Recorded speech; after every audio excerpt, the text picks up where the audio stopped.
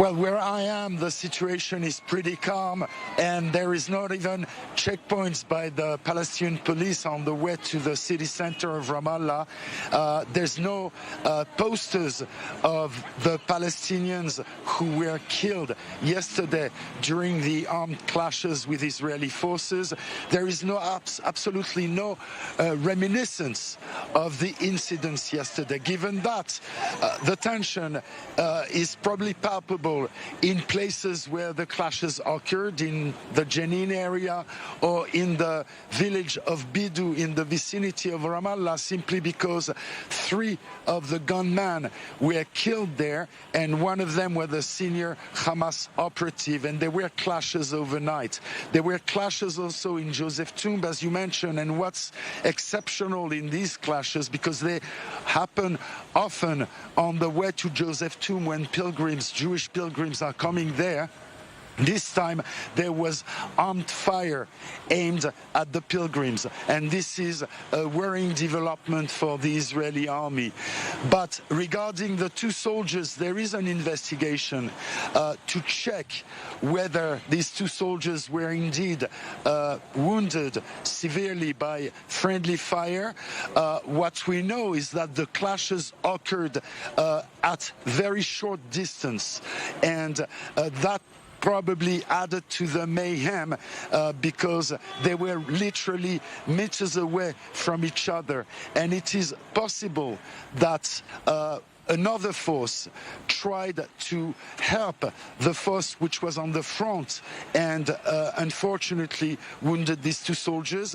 They're in severe condition, but their lives are not in danger, and one of them has already opened his eyes and started communicating with the doctors.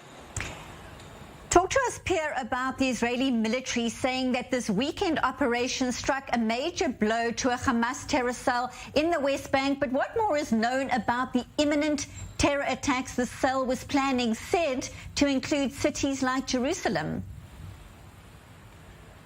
Right, to include cities like Jerusalem during the high holiday season, to include also Tel Aviv, possibly Netanya, and even Afula. This is what we get from Israeli media reports.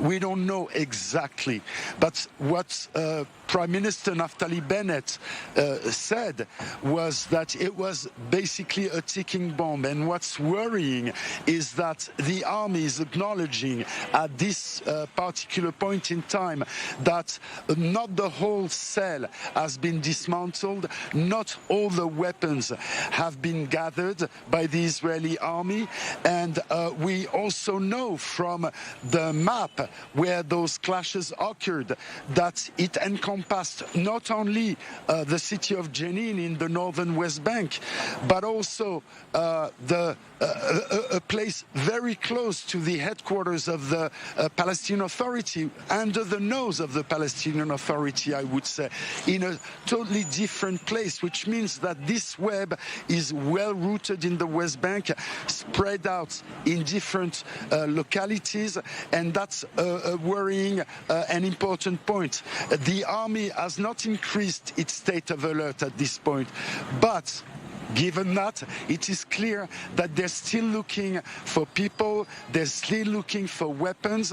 About 10 Palestinians have been apprehended by the Israeli army, and the investigation by the Shin Bet, by the General Security Services of Israel, is going on. And as that investigation continues, talk to us, Pierre, about the call from the Hamas terror group for Palestinians in the West Bank and Jerusalem to respond with force following the developments over the weekend. What else are leaders within Palestinian factions saying right now? They are actually trying to embarrass the Palestinian Authority by condemning the security cooperation between the Palestinian Authority and Israel. They're also condemning any attempt at normalization between the Palestinians from the Palestinian-held territories in the West Bank and Israelis.